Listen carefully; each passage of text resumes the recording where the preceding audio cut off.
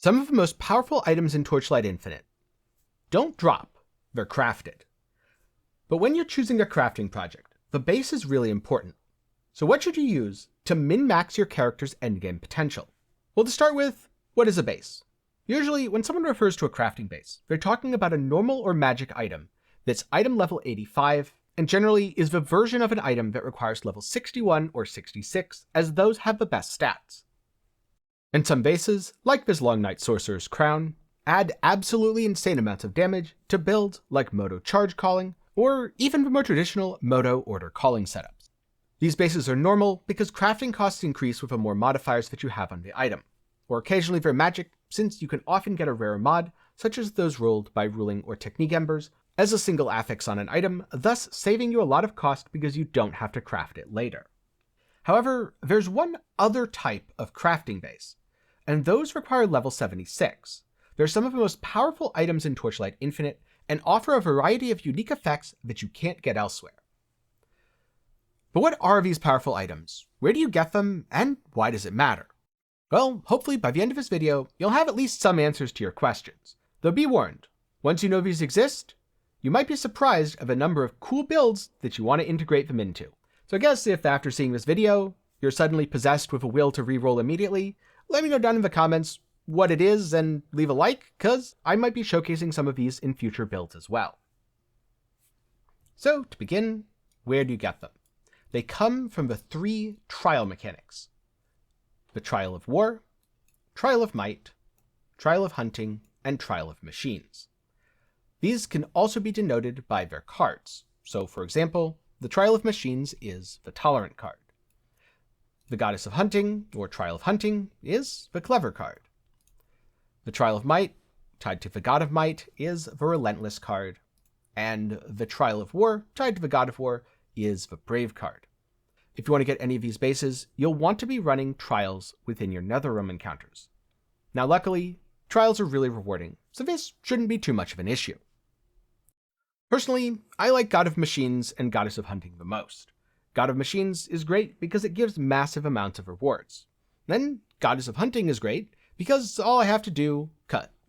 And I like Goddess of Hunting because all I have to do is go hit a boss. It takes almost no time at all, and often gives things like Flame Elementium, rare legendary items, or of course, some of these special bases.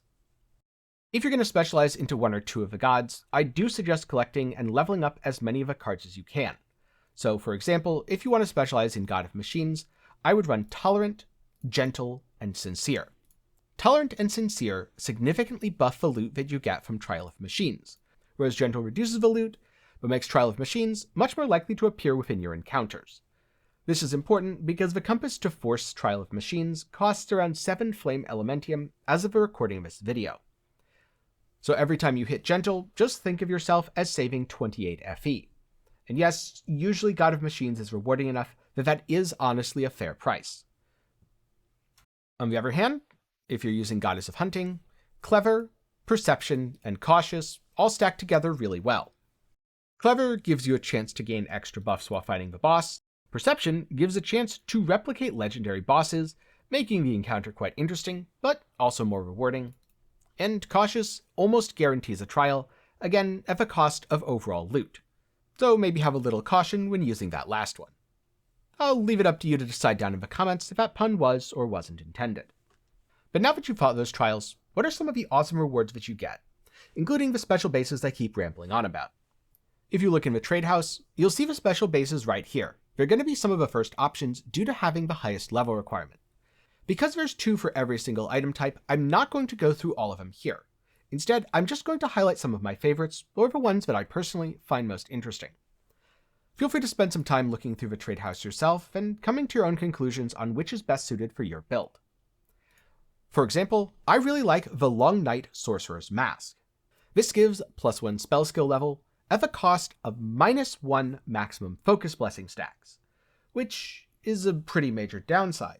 But if your build doesn't use focus blessings, or you have some way to mitigate the penalty, then this is a powerful way to gain additional damage for spell skills. For example, maybe you're an Ignite build. Focus Blessing causes you to deal double damage, which won't increase your Ignite DPS at all. But +1 spell skill level will scale both your skill's base damage and its damage effectiveness. You could easily gain a lot of damage here with absolutely no downside. Another favorite of mine is the Long Night's Sorcerer's Robe. Gain 1 stack of Focus Blessing for every 20% mana consumed, but take 100 secondary erosion damage when using a skill. Because something that at first glance seems like a downside may in fact be an upside. There are a lot of effects in Torchlight Infinite which trigger when you are damaged, and very few of them say that you have to be damaged by an enemy or even that you have to take a specific type of damage. So taking that 100 secondary erosion damage when using a skill is a great way to proc something such as the 4th skill slot effect of Exquisite Box. And that's exactly what I did for my Icy Ring Thea build, something I'll be talking about in an upcoming video. And to stick with this theme, my last favorite armor piece is the Long Night Sorcerer's Wristband. Really, XD did a standout job with all of the int bases here. Restoring 4% mana when using skills fixes mana recovery on almost every single build.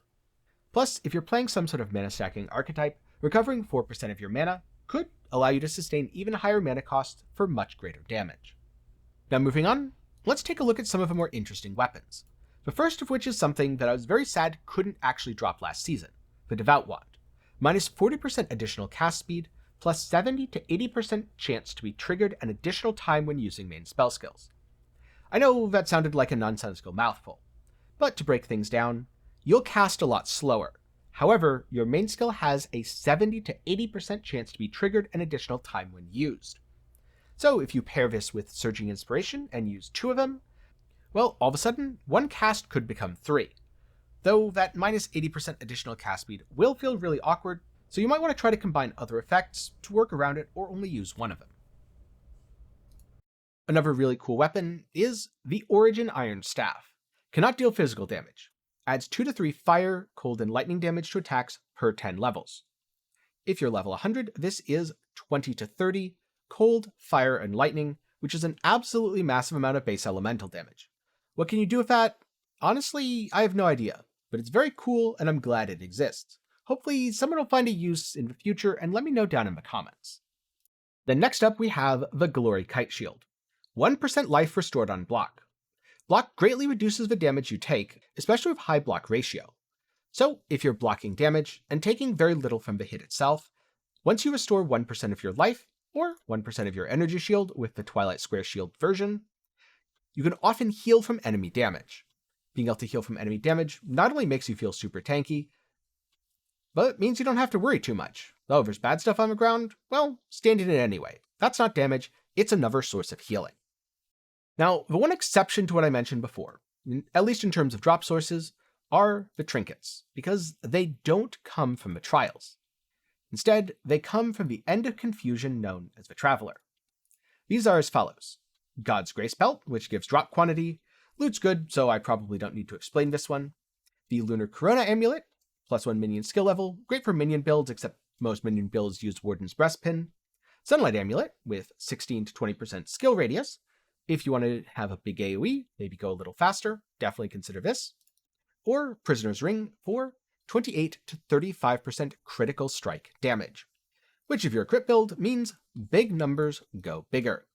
Now, technically not part of this category are the level 66 ring bases, Graceful Ring, Surge Ring, and Aurora Ring. They're in this awkward space where they're not the level 76, but they also don't drop from normal sources. Instead, their drop source is defeating a Watcher at time mark 8. These will drop very randomly off of any of the Watchers, and they are quite rare, which leads to them being very expensive. Just taking a look at all Graceful Rings, for example, it looks like around 50 Flame Elementium is the cheapest you'll find, and I expect this price to rise during the season. Of course, this is because 15% max life is no joke, and is absolutely a great way to add more defenses to your build. And then finally, the last and maybe least item is the God's Boon Belt. It gives 16 to 20% drop rarity. Overall, there aren't that many reasons to use this, and because it only drops from time mark 8 Watchers, it's again quite rare, but as you can see, the price difference is pretty steep. In short, if your belt is an infinity, you're probably not going to be using it anyway. And so, those are the special bases available in Torchlight Infinite. Next time you're crafting a build, consider using one of these options. Or, when you're looking to take your build to the next level, maybe it's time to get +1 spell skills. or you could get 10% additional projectile damage on your boots. After this video, spend a little time browsing through the trade house and try to familiarize yourself with these bases. It's true that they won't necessarily beat out chase legendary items, but unlike chase legendary items that offer a very specific narrow set of stats, these are incredibly generic, since you can always craft on them whatever you want. But now I'm curious, have you used any of these in previous builds? And if so, what's the coolest thing that you did with them? Be sure to let me know some of those ideas down in the comments below. And of course, before I go, a special thanks to my patrons and channel members for the continued support. That's all for me today, but if you're curious about my build, I'll have that video in the card and down in the description below. That's about it for me today. If you're looking for something else to watch, I'll have a selection of resources in the card and down in the description below. Or of course, you can always go with what YouTube recommends, which will be on screen right now. If you found this video helpful, or maybe wanted to know more about that Thea build, do be sure to get subscribed. While you're down there, leave a like, because I'm going to be talking about it in an upcoming video. With that said, thanks for watching, I hope you learned something, and I hope to see you again sometime soon.